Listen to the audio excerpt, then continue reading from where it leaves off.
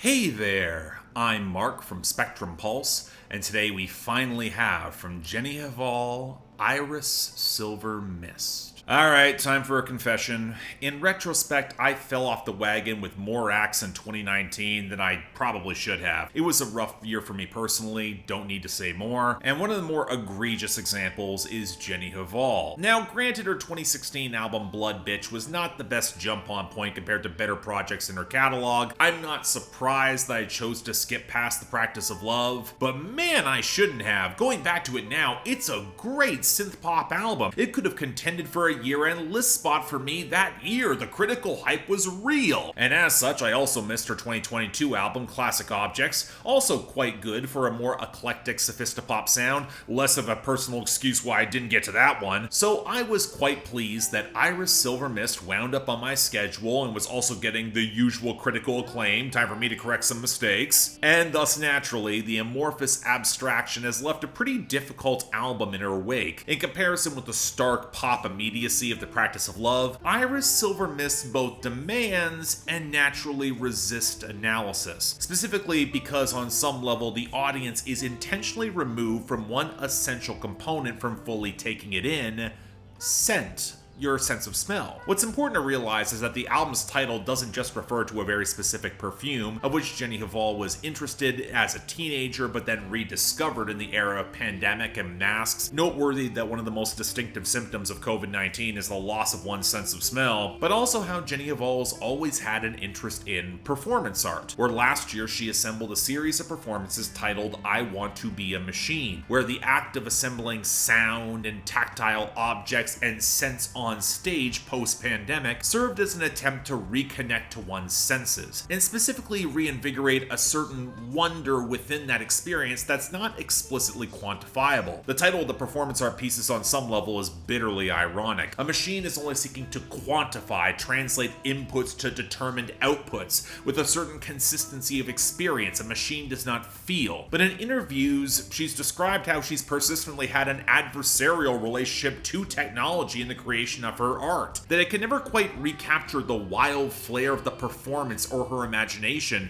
or is just fallible in the recording of the experience, which she describes starkly and all night long. Although funny thing is, humanity is just as fallible. And thus, by titling this album after a known consumer product, by extension, it's also intended as an interrogation of that industrial process around music, a capitalistic industry trying to regurgitate and market that experience, but will never capture anything close to, well, let's just call it truth. In both sound and scent, you're dealing with the ephemeral, the ghost between the machine. It can be quantified to a point within certain understandings, but never completely, because at such small variations, the measurement itself would impact the art. And that's before we even consider how both artist and audience and how they might interpret said art in a present moment in time. Now, if all this sounds very much up my postmodern alley and extremely meta, yeah, you'd be correct in that. The reference to 70s playwright Heiner Muller is deliberate to how his work liked to explore the concept of stages and setting.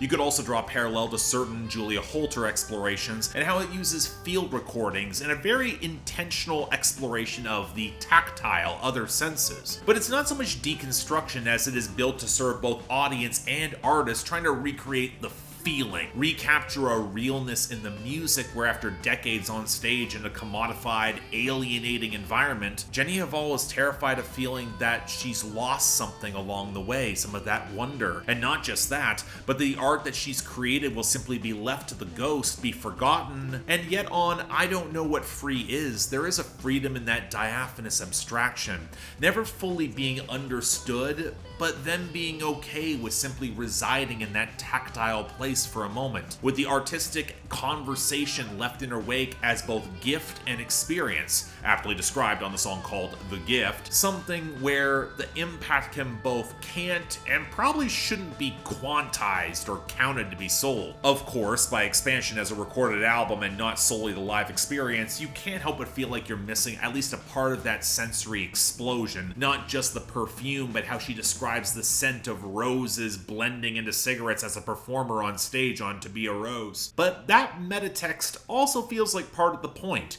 In its packaging, you remain partially alienated to the whole picture of the artistic experience. But as much as that could be the intended point, it is a double-edged sword. As much as I'm enamored with the high-concept, ambient, sophistipop experiment, it's hard to escape a niggling thought that Jenny Hval's doing impressive work crafting the space and then intentionally not filling it with much, but the curious frustration that you should be getting a little bit more, pull it all together. And I also think she's acutely aware of that function too, described on A Ballad as much of an existential crisis for the artist being present, insert your stock Marina Abramovic comparison here, as much for an audience to show up. And there may be a question of follow-through. What can be grasped beyond structure and the breadth therein? Now, what that translates to in execution are songs that have fragments of a sophisticated structure and ethereal beauty, anchored by Jenny Hval's sweet, trilling charisma. Her voice really does remind me of Aurora, often interspersed with field recordings and spoken word, but often feeling so caught up in self-aware metatext where the text itself is half obscure, and that kind of makes it harder to really stick these compositions. The songs blur together amidst gauzy synths and a detachment from more structure, which was ironically one of those factors that kept me at arm's length from Blood Bitch nearly a decade ago. But there are moments that stand out here.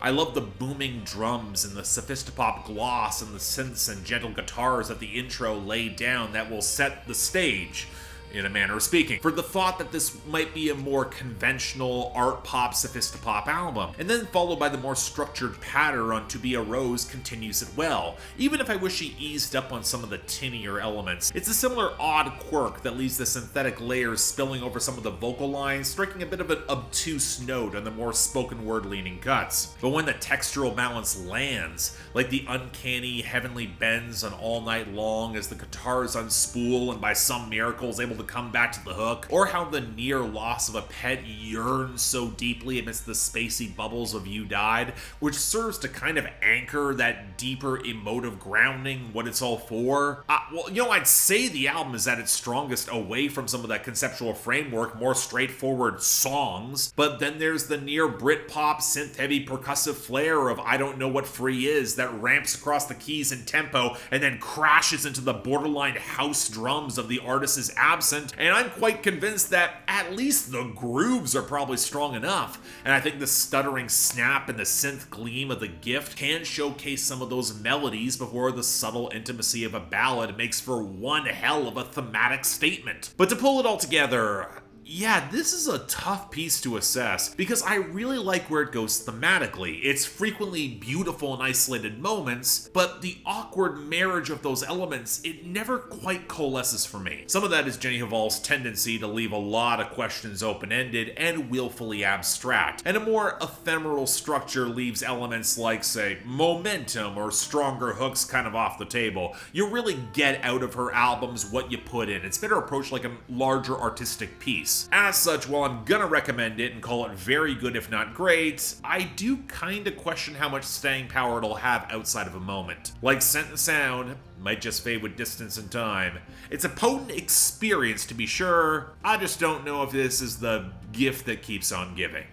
At least not yet. So yeah, thanks a lot for watching. If you want to see more, please be sure to like, share, drop comments, subscribe. I know this one got kind of tangled in my thematic explanation. If you're finding it a little hard to follow, don't worry, that's at least partially intentional. Not on my part, on the album's part, it's a little bit difficult to fully parse. But hey, leave your comments and your interpretations down there below. I'm curious where y'all may have come out on this one. Beyond that though, anything else I might be able to do to improve my presentation, I'm all ears. If y'all want to get involved in getting more projects onto my schedule, or helping support the channel, or just yelling at me on my Discord, link to my Patreon and YouTube memberships is over there. Once again, don't feel obligated, tough times, but the option's available. Till then, I'm Mark, you're watching Spectrum Pulse, and I'll see you next time.